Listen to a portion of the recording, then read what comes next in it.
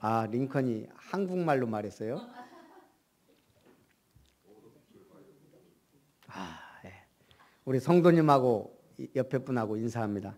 성도님은 예수에 의한 예수를 위한 예수의 사람입니다. 예. 링컨이 너무 멋있는 말을 했어요. 국민에 의한, 국민을 위한 국민의 정부. 오늘 우리가 어떤 사람 돼야죠?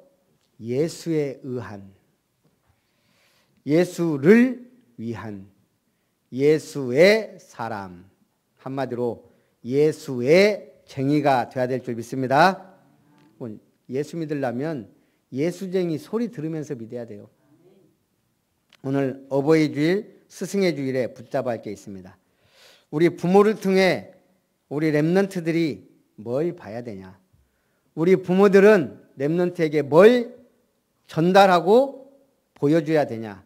제사장적 축복이에요. 제사장이 뭐한 사람이에요? 양 잡고 소 잡고 제사 드린 사람이에요. 한마디로 뭐죠? 어린 양의 희생과 헌신이에요. 부모의 사랑을 뭘로 느껴요? 무한 사랑이에요. 나를 위해 모든 것. 그것이 제사장적 축복입니다. 오늘 우리가 예수에 의한 사람이다. 그럼 어떤 사람이에요?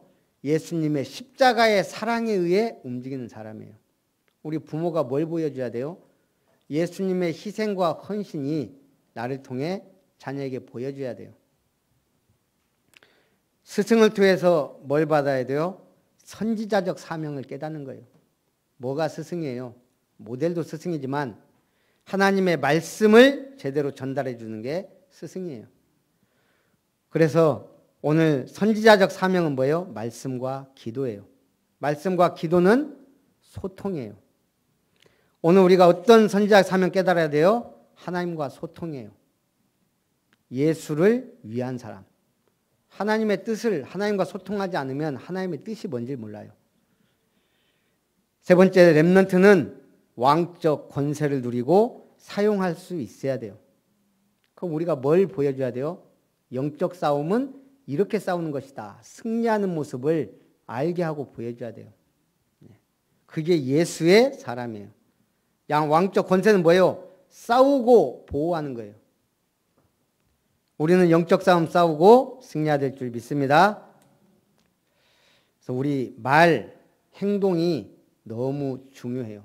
왜냐? 말과 행동에서 드러나는 게 있어요. 뭐가 드러나요? 요한복음 8장 38절. 나는 내 아버지에게서 본 것을 말하고 너희는 너희 아비에게서 들은 것을 행하느니라. 요한복음 6장 45절 46절.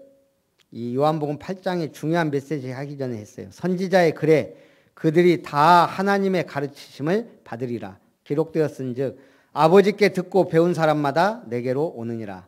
이는 아버지를 본 자가 있다는 것이 아니니라. 오직 하나님에게서 온 자만 아버지를 보았느니라. 여러분의 말과 행동이 어떻게 드러난다고요? 아, 저 사람 예수 믿는구나. 드러나요? 안 드러나요? 드러나요. 불신자는 그걸 보고 판단하게 돼요. 또 우리는 불신자들 하는 말을 통해 뭘 볼 수 있어요? 요한복음 8장 44절. 너희는 너희 아비 마귀에게서 났으니 너희 아비의 욕심대로 너희도 행하고자 하느니라. 그는 처음부터 살인한 자요 진리가 그 속에 없으므로 진리에 서지 못하고 거짓을 말할 때마다 제 것으로 말하나니 이는 그가 거짓말장이요 거짓의 아비가 되었음이라. 분명히 진실하게 사는 사람인데 자기도 모르게 거짓에 속아 있고 사단이 좋아하는 일을 하고 있어요. 우리가 그게 보여요, 안 보여요? 보여요. 하나님의 사람은 하나님의 일을 말하고 마귀의 사람은 자기도 모르게 마귀가 좋아하는 말과 행동을 한다 이 말입니다. 미국의 역대 대통령들은 초대 조지 워싱턴부터 성경에 손을 얹고 선서했어요. 나는 대통령으로서 꼭 한마디씩 해요. 하나님을 의지한다든가 하나님께 영광을 돌린다든가 모든 대통령이. 제45대 도널드 트럼프 대통령이 취임식에서 한 말입니다. 하나님께서 우리를 지키실 것이다. 그러면서 시편 133편 1절을 인용했어요. 형제가 연합하여 동거함이 어찌 그리 선하고 아름다운고. 트럼프가 하는 거 보면 시편 133편 1절대로 하나요? 형제가 동거함이 어찌 그리 선하고 아름다운고. 사실 제가 볼 때는 반대예요. 뭐 하고 있어요? 자국 우선주의, 미국 우선주의, 패권주의로 가고 있어요. 중국과 무역전쟁 일으키고 우리 한국의 방위비 분담 5배 등에 요구하고. 내가 보니까 안 맞아요. 성경에 손을 얹고 선선을 했어요. 시편 133편 1절을. 형제가 동거하면 어찌 그리 아름다운고. 그러면 전 세계가 화평하게 만들어야지. 반대로 가고 있잖아요. 하나님이 원하는 걸까요? 내가 볼 때는 아닌 것 같아요. 하나님의 말씀은 말했는데 아닌 것 같아요. 그게 오늘 세상의 현장입니다. 우리의 말과 행동이 드러납니다. 하나님의 사람인지 아닌지, 예수의 사람인지 아닌지. 옆에 분하고 인사합니다. 성도님은 예수의 사람입니다. 자꾸 말하고 생각하고 행하다 보면 그렇게 된다니까요. 첫 번째, 복 있는 사람입니다. 심령이 가난한 자는 복이 있나니 천국이 그들의 것이며. 이 팔복이 좀 어려워요. 심령이 가난하다. 제가 좀 쉽게 번역을 했어요. 영혼이 갈급한 자가 영원을 사모하는 자니 복이 있다. 심령이 가난한 사람이 어떤 사람이에요? 영혼이 갈급한 사람이에요. 그래서 뭐한 사람이에요? 사주팔자 운명 무당 찾아가는 게 아니고 하나님을 찾는 영혼이 갈급한 사람, 하나님의 말씀에 갈급한 사람, 그 사람이 영원을 사모하니 복이 있어요. 천국이 누구의 것이다? 하나님 찾는 사람. 그래서 심령이 가난한 자는 영혼이 갈급한 사람이에요. 오늘 여러분 왜 교회 왔어요? 하나님 말씀 들으려고. 두 번째는 애통하는 자가 복이 있나니 그들이 위로를 받을 것이며. 뭐 때문에 애통해야 돼요? 우리가 애통할 때는 죄 때문에 애통해야 돼요. 하나님과 인간 사이를 갈라놓는 죄. 그 죄에 대해 애통하는 사람이 위로를 받는단 말이에요. 죄에 대해 애통함이 있어야 돼요. 죄 때문에 오는 저주, 재앙 때문에 애통함이 있어야 돼요. 이번에도 뭐 미국에 몇 살짜리 어린아이가 코로나로 사망했어요. 그가 무슨 죄가 있어요? 무슨 죄가 있어요? 원죄. 그 조상의 죄. 뭔가 모르는 저주, 재앙이 지금 전 세계를 뒤덮고 있어요. 뭐 때문에? 죄 때문에. 우상숭배 때문에. 그래서 뭐 해야 돼요? 우리는 죄로부터 애통하는 자가 복이 있다. 세 번째, 온유한 자는 복이 있나니. 온유한 마음은 부드러운 마음이에요. 어떤 사람이 하나님의 말씀을 사모하고 받아들일 수 있는 마음. 하나님의 말씀을 사모하고 받아들일 수 있는 자는 복이 있나니 그들이 땅을 기업으로 얻을 것이며. 부자와 가난한 사람의 차이가 많아요. 돈 있는 사람, 부자는, 가난한 사람은 돈을 벌기 위해 일한다. 그러나 부자는 돈이 나를 위해 일하게 한다. 우리는 하루에 몇 가지 생각을 할까요? 응? 여러분 몇 가지 생각해요? 모르죠. 뭐 하루 종일 어마어마한 생각들을 하는데. 그래서 우리가 못 세니까 속담에 말하잖아요.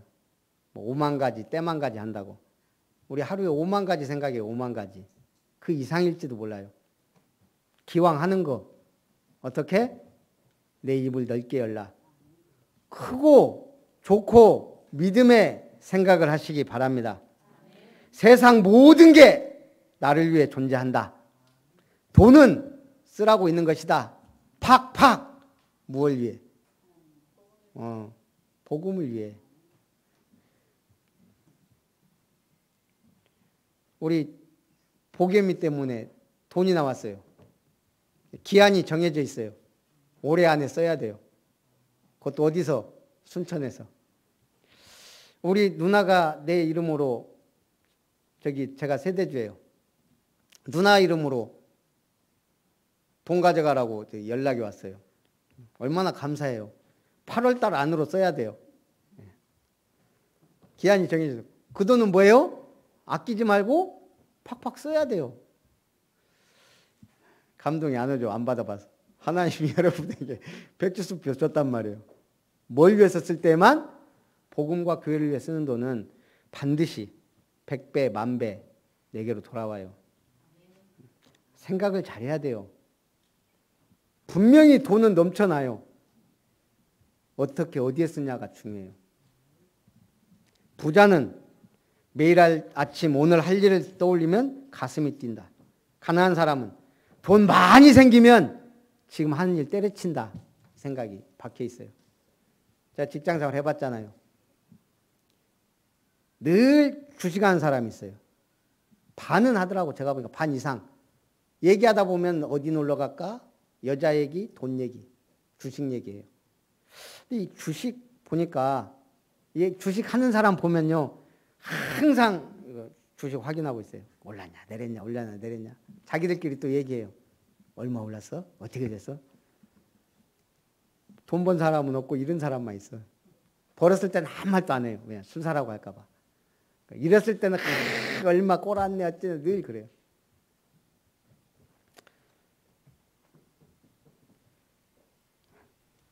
그러면서 하는 말이 있어요. 대박 터지면 나간다.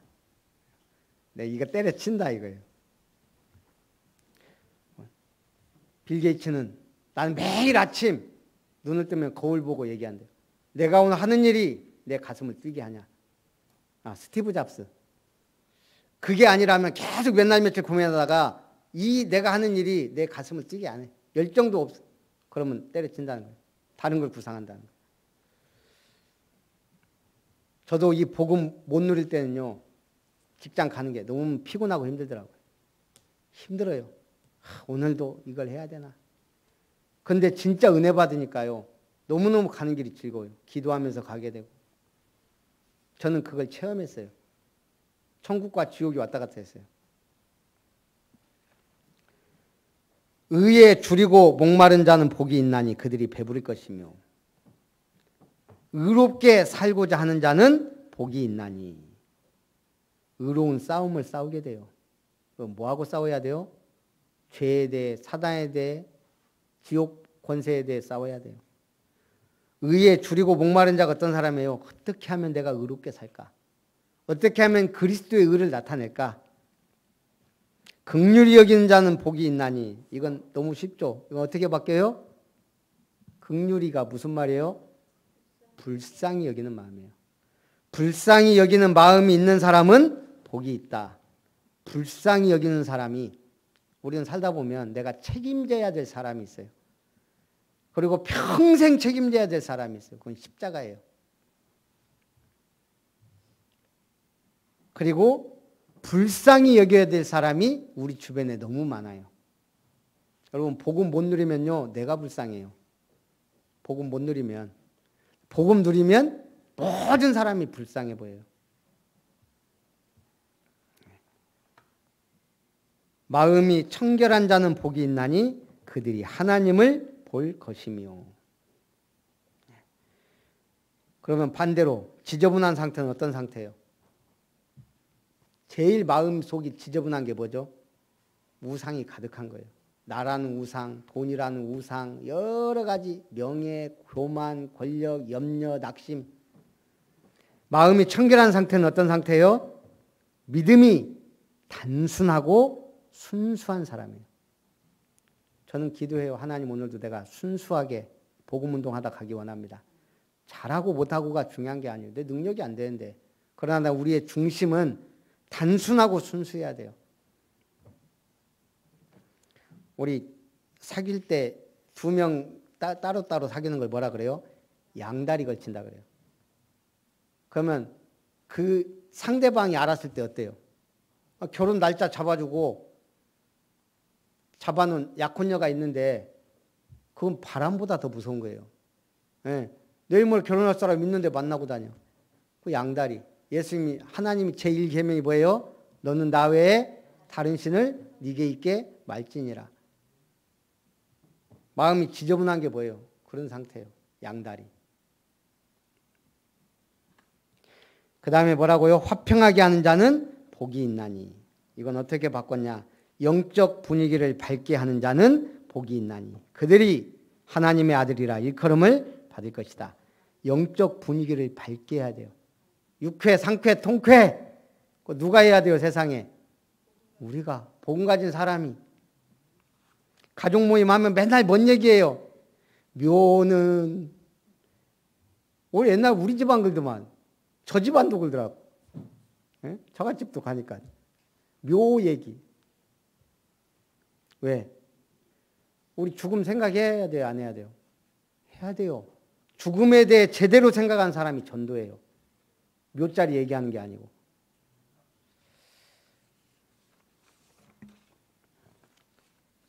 그래서 우리 때로는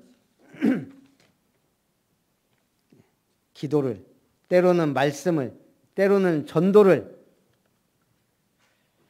그때 분위기 파악하고 도와줄 사람 있으면 좋겠다는 생각을 저도 수없이 해요. 어떨 때는 기도를 막 강조할 때 있어요. 그건 뭐예요? 나를 위해 기도해달라 이 말이에요. 말씀의 흐름을 막 강조할 때가 있어요. 그때는 뭐예요? 다른 거 다 필요 없으니까 제발 말씀 따라가자 이 말이에요. 분위기를. 어떨 때는 막 전도를 강조해요. 그건 뭐예요? 제 마음에 하나님이 다른 거 다 필요 없다 지금 전도할 때라는 자꾸 그 강한 확신을 줄 때 그래요. 그때 근데 제가 가만히 보면 대부분 목사의 생각과 성도들은 달라요. 제가 그거 강조할 때는 딴 데 가고 있더라고. 딴 생각이에요. 그런데 언제 맞냐? 한 1000번, 10,000번 얘기하면 그게 이게 통할 때가 있어요. 제가 구원의 길을 한참 강조할 때 오히려 더 안 하더라고. 그거 신기해요. 네. 하고 있으면 올려야 돼요. 우리 하나님이 아니기 때문에 드러내지 않으면 몰라요. 교회 카톡방 왜 있어요? 소통하라고. 아멘이라도 해야지. 죽었나 살았나. 카톡방에서 죽은 사람, 아무 말도 없는 사람. 교회에서 죽은 사람, 아멘을 못하는 사람. 제가 14년을 한 목사님을 모시고 살았어요. 그 목사님이 되게 인자하고 그런 분은 아니에요. 그 증거가 대부분 몇 개월 못 버티고 부교육자가 다 나갔어요. 제가 14년 누렸어요, 저는. 근데 그분 눈빛, 분위기, 메시지 딱 들을 때마다 지금 뭘 원하시는구나. 내가 지금 뭘 해야 되겠다.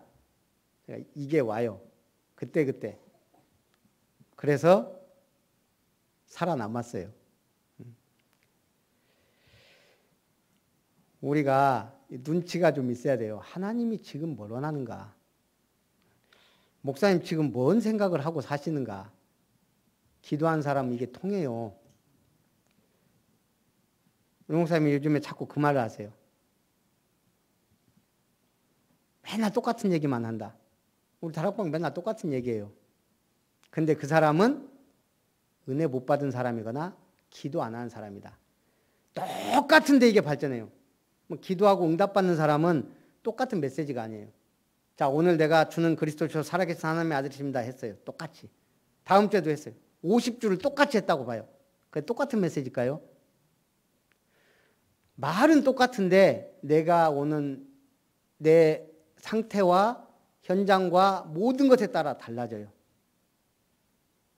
어제 먹은 밥, 오늘 먹은 밥 반찬이 똑같아요. 똑같을까요? 절대 똑같지 않아요. 그러면 안 먹어야지. 먹어도 안 질려요. 오늘 하나님의 말씀을 양식으로 받으시기 바랍니다. 의를 위하여 박해를 받는 자는 복이 있나니 천국이 그들의 것입니다. 한마디로 뭐예요? 의를 위해 생명 걸 가치를 발견한 자는 복이 있다. 초대교회 최초 순교자 스데반 어떻게 죽었어요? 돌에 맞아 죽었어요. 유대인들이 하나님을 모독하거나 신성 모독하는 자를 죽일 때 돌에 던져 죽여요. 한 사람이 가서 돌로 쳐요. 가슴팍을 죽으라고. 그래도 살아있으면 그 다음 사람이 가서 확인하고 머리를 치든지 하여간 반 죽으라고 쳐요. 그리고 나서 모든 백성이 다 돌을 던져요. 오늘 사울이란 사람이 스데반 죽을 때 옷을 지키고 증인이 됐다 그랬어요. 증인이 뭐예요? 죽었나 살았나. 이 사람은 죽기에 합당하다라고 증인 선 거예요. 그리고 가서 돌로 칠 때 옆에서 박수 치는 거예요. 맞다. 저놈은 돌에 맞아 죽어야 된다. 근데 스데반이 불안하고 막 살려고 발부둥 친 게 아니에요. 뭐 한 거예요? 맞기 직전에 복음을 선포했어요. 돌에 딱 맞았는데 뭐라 그래요? 주여 저들의 죄를 용서하옵소서. 저들이 하는 짓을 알지 못합니다. 당당하게. 바울이 굉장히 제가 볼 때는 뭔가 했을 거예요. 왜? 자기는 지금 하나님을 열심히 믿는다고 믿어왔고 저 인간은 예수 믿는 것들은 죽어 마땅해요. 근데 죽는 모습이 저 이단이 너무 당당한 거예요. 나는 그렇게 당당할 수 있을까라는 갈등했을 거예요. 나는 이 복음을 위해 저렇게 기쁨으로 죽을 수 있을까? 스데반이 죽을 때 얼굴이 어땠다 그랬어요? 천사의 얼굴과 같다 그랬어요. 그걸 바울이 못 봤을까요? 봤어요. 그리고 나서도 교회를 핍박하고 다니는데 계속 그 가슴에 뭐가 있었을까요? 얼굴이 천사처럼 돌에 맞으면서도 당당하게 죽었던 스데반. 그것이 계속 바울에게 퀘스천으로 남아있는 거예요. 그런 바울이 예수님을 만났어요. 부활하신 예수님을. 어땠겠어요? 이 복음을 위해 생명 걸었던 스데반을 충분히 이해한 거예요. 아, 그랬구나. 그리고 바울도 생을 걸고 이 복음을 전한 거예요. 죽음을 위해 생각해봐라 그랬어요. 나는 복음을 위해 죽을 수 있냐? 라는 물음에 저는 모르겠어요. 그러나 생각을 하고 기도는 해요. 하나님 혹시 복음을 위해 죽을 수 있다면 당당하게. 나는 불안해요. 솔직히 말하면. 해외 갈 때에도요. 혹시 무슨 일 있을까? 교회 다니는 것 때문에 그런 생각을 하기도 해요. 그렇지만 그것 때문에 뭐 두려워하거나 할 게 아니에요. 뭐예요? 기도하는 거예요. 하나님 나는 죽을 때 저기 치매 걸려갖고 요양원에서 죽기를 원치 않습니다. 복음 전하다가 멋있게 갈 때 되면 가야지. 그렇게 기도해요. 여러분 기도해야 돼요. 그런 생각을 해야 되는 거예요. 두 번째, 하늘에서 너희의 상이 큼이라. 오늘 여러분들을 위해 하나님이 좋은 선물들을 준비하셨어요. 오늘 그걸 말씀드립니다. 천국 복음을 전파하는 충성된 자에게 무엇을? 생명의 면류관을 준비하셨습니다. 계시록 2장 10절 죽도록 충성하라. 그리하면 생명의 관을 네게 주리라. 그럼 우리가 천국 복음을 위해 전파하는데 어떻게 해야 돼요? 요즘 누구도 이 복음 전하면 들어주겠다는 사람 없어요. 그래서 구원의 길 그리자 이 말이에요. 구원의 길. 구원의 길 열심히 그린 사람에게 뭐가 예비되어 있다? 생명의 면류관. 자, 오늘 여러분 종교 생활이 어떤 생활이에요? 종교 생활의 정의가 뭐예요? 저는 그냥 한마디로 정의하면 사문을 안 하는 게 종교 생활이에요. 사문을이 뭐예요? 하나님의 정확한 말씀이 언약이 되는 거예요.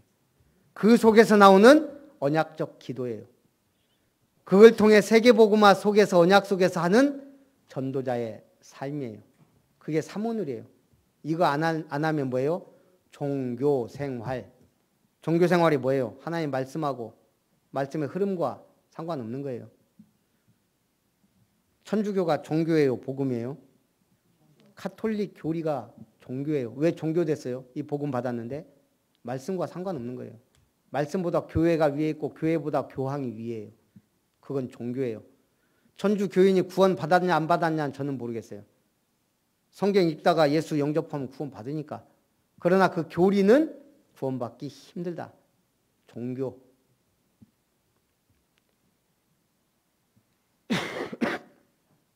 그래서 하나님 나라를 위해 하나님의 말씀을 따라 사는 모델적인 자에게 영광의 관이 예비되어 있어요. 베드로전서 5장 2절 4절 너희 중에 있는 하나님의 약물을 일치되 억지로 하지 말고 하나님의 뜻을 따라 자원함으로 하며 더러운 이득을 위하여 하지 말고 기꺼이 하며 맡은 자에게 주장하는 자세를 하지 말고 약물이의 본이 되라.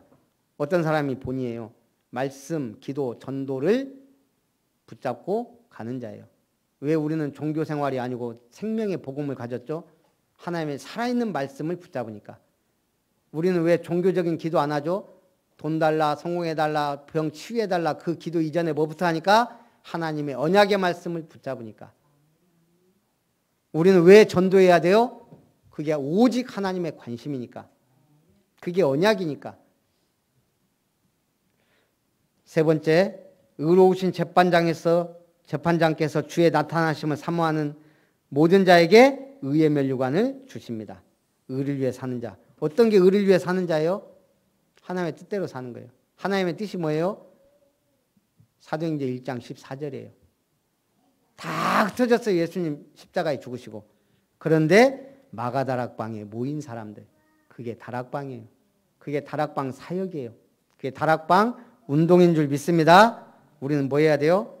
다락방 해야 돼요. 성경적 전도하자 이 말이에요. 말씀 운동하자 이 말이에요. 유 목사님이 하신 말씀이에요. 차 타고 가다 보면 아줌마들이 불쑥 튀어나온다는 어린아이들 또 할머니들. 우리 할머니들 허리 구부리고 가면서 뒤에서 빵빵 해도요.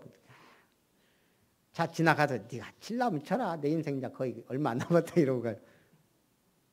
그걸 보고 뭐라고 하셨냐. 본인이 가치 없는 걸 아신다. 가치 있는 사람은 함부로 행동 안 해요. 운전하면 막 여자들이 막 끼어든다 그래요. 예. 막 끼어들고 막 지 맘대로 운동하는 게 운전하는 주로 여자들. 자기가 가치 없다는 걸 안다는. 가치 있다고 생각하는 사람의 행동과 그렇지 않은 사람의 행동이 달라요. 그래서 우리는 최고 가치 있는 사람으로서 가치 있는 일을 하다가 주님 앞에 가야 될 줄 믿습니다. 그리고 전도자의 삶을 사는 자에게 자랑의 면류관, 성도들과 화평하며 교회를 세우는 자에게 자랑의 면류관이 예비되어 있습니다. 데살로니가전서 2장 19절 우리가 뭘 자랑해야 돼요? 우리의 소망이나 기쁨이나 자랑의 면류관이 무엇이냐? 그가 강림하실 때 우리 주 예수 앞에 너희가 아니냐?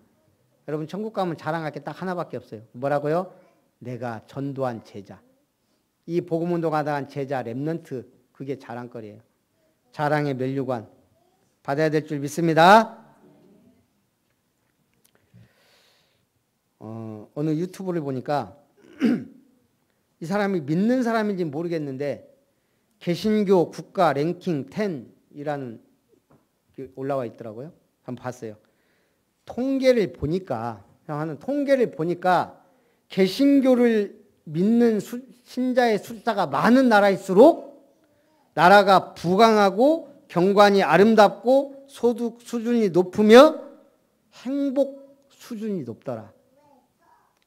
인구도 어느 정도 되면서 기독교, 개신교 숫자가 많은 나라들.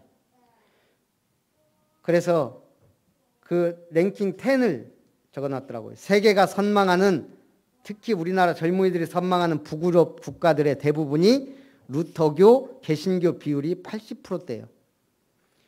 그들은 창의적인 아이디어를 통해 아름다운 창조물들을 잘 만드는 나라들이다. 세계 1위는 덴마크로 89% 개신교 신자 비율, 2위는 노르웨이 80%, 3위는 스웨덴 67%, 스칸디나비아 국가 대다수가 루터파 개신교도들로 나타납니다. 4위는 영국 59.5%의 높은 개신교 신자 비율을 보이고 있는데 성공해도 개신교로 분류가 돼요. 영국은 요한 웨슬레의 감리교의 발상지이기도 합니다. 그 다음은 절반 이하 30에서 50%대 국가가 미국, 독일, 스위스. 5위는 미국으로 개신교 비율 46%. 인구수로만 따지면 세계 최대 개신교 국가이며 세계 유리요 개신교 선지사 파송국이에요. 특히 전도자 무디 같은 전도자를 배출한 나라예요. 미국은 왜 강력한가? 답이 나와요? 안 나와요? 우리나라의 은인 나라예요. 은인. 왜? 언더우드 아펜젤러를 파송해 준 나라예요. 토마스. 저는 누가 미국을 욕해도 저는 욕 안 해요. 왜? 우리나라 이 복음 준 나라이기 때문에. 6위 독일 개신교도 비율이 30%로 개신교의 근본이 된 성경 근본 운동을 촉발했던 구텐베르크 금속 활자의 발상지. 7위는 단풍국 캐나다. 캐나다는 28%로 캐나다 천주교 신자가 39%로 카톨릭 성향을 보이지만 캐나다도 비교적 높은 국가예요.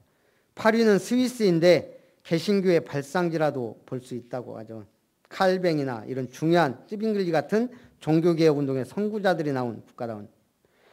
카톨릭이 38% 높지만 26%의 강력한 개신교도들의 영향력이 있는 나라가 스위스예요. 그 다음에 9위는 네덜란드 24%, 10위가 대한민국 20%. 최근 한국의 개신교가 위기라고는 하지만 최근 10년 사이에 100만 명이나 증가했고 4대 종교 중에 그래도 1위를 차지하는 우리 대한민국 국민 5명 중에 1명은 개신교도라 이 말이에요. 그러면서도 우리 한국의 개신교가 좀 특별한 건 뭐예요? 열성이에요. 물불 안 가리고 극성스럽게 믿어요. 새벽기도, 금요기도회, 구역예배, 거기다 우리는 다락방까지 이렇게 모이는 데가 없어요. 하나님이 축복하고 있어요. 그 다음에는 브라질이 지금 개신교 성장세가 급성장하고 있다 그래요. 최근 가톨릭에서 개신교로 개종하는 비율이 많다. 그럼 그 나라는 누가 주목해요? 하나님이 주목해요. 브라질이 중요한 국가로 앞으로 급부상할 거예요. 우리 한국이 이번에 그랬듯이. 왜? 복음과 선교하는 나라는 하나님이 그렇게 만들어 가시더라고. 세계 역사가 말하잖아요. 세계 최강대국 러시아, 중국 빼고는 다 개신교가 강력한 나라들이에요. 러시아나 중국은 불안해요. 뭔가가. 사회적 분위기가. 국가 정책이. 그래서 개신교는 말씀과 믿음 중심의 합리주의적 성향이 강한 종교로 사회 변혁에 많은 기여를 했으며 음악, 문화, 의학 모든 분야가 개신교적 정신 바탕 위에 꽃피운다는 거예요. 모든 것이 꽃피울 때는 개신교의 이 문화가 바탕이 됐다는 거예요. 결론입니다. 너희는 뭐다? 세상의 소금이요 빛이다. 먼저 세상의 소금이라 그랬어요. 소금이 하는 역할이 뭐예요? 맛을 내게 하고 썩는 걸 방지하고 뭔가 세척할 때도 써요. 한마디로 소금이 맛을 잃으면 어떻게 돼요? 소금의 제일 중요한 역할은 맛을 내고 썩게 하는 걸 방지하는 거예요. 사람들 할 때 맛이 갔단 말이에요. 언제 써요? 맛이 갔다? 뭐 똘끼 있는 짓을 하거나 이상한 짓을 할 때 맛이 갔다 그래요. 오늘 성경은 뭐라 그랬어요? 소금이 제맛을 잃으면 무엇으로 다시 짜게 하리요? 기독교인이 맛이 갔단 말은 뭔 말일까요? 변질, 변절, 변심, 변덕으로 그리스도인의 가치를 상실했을 때 맛이 갔다 그래요. 여러분 맛이 가지 말고 맛을 내는 성도들 되시기 바랍니다. 맛이 갔단 말은 그리스도의 복음의 가치를 상실하고 그 상실했을 때 존재 이유가 없어지는 거예요. 두 번째, 너희는 세상의 빛이다. 어두울수록 빛이 중요하듯이 세상이 어두울수록 그리스도인의 역할이 중요합니다. 이같이 너희 빛이 사람 앞에 비치게 하여 그들로 너희 착한 행실을 보고 하늘에 계신 너희 아버지께 영광을 돌리게 하라. 너희는 세상의 빛이다 그랬어요. 산 위에 있는 고울이 감춰질 수 없듯이 너희는 감춰질 수 없는 빛과 같은 존재라는 거예요. 집안을 밝히는 등경 위에 놓여진 등불 같은 존재라는 거예요.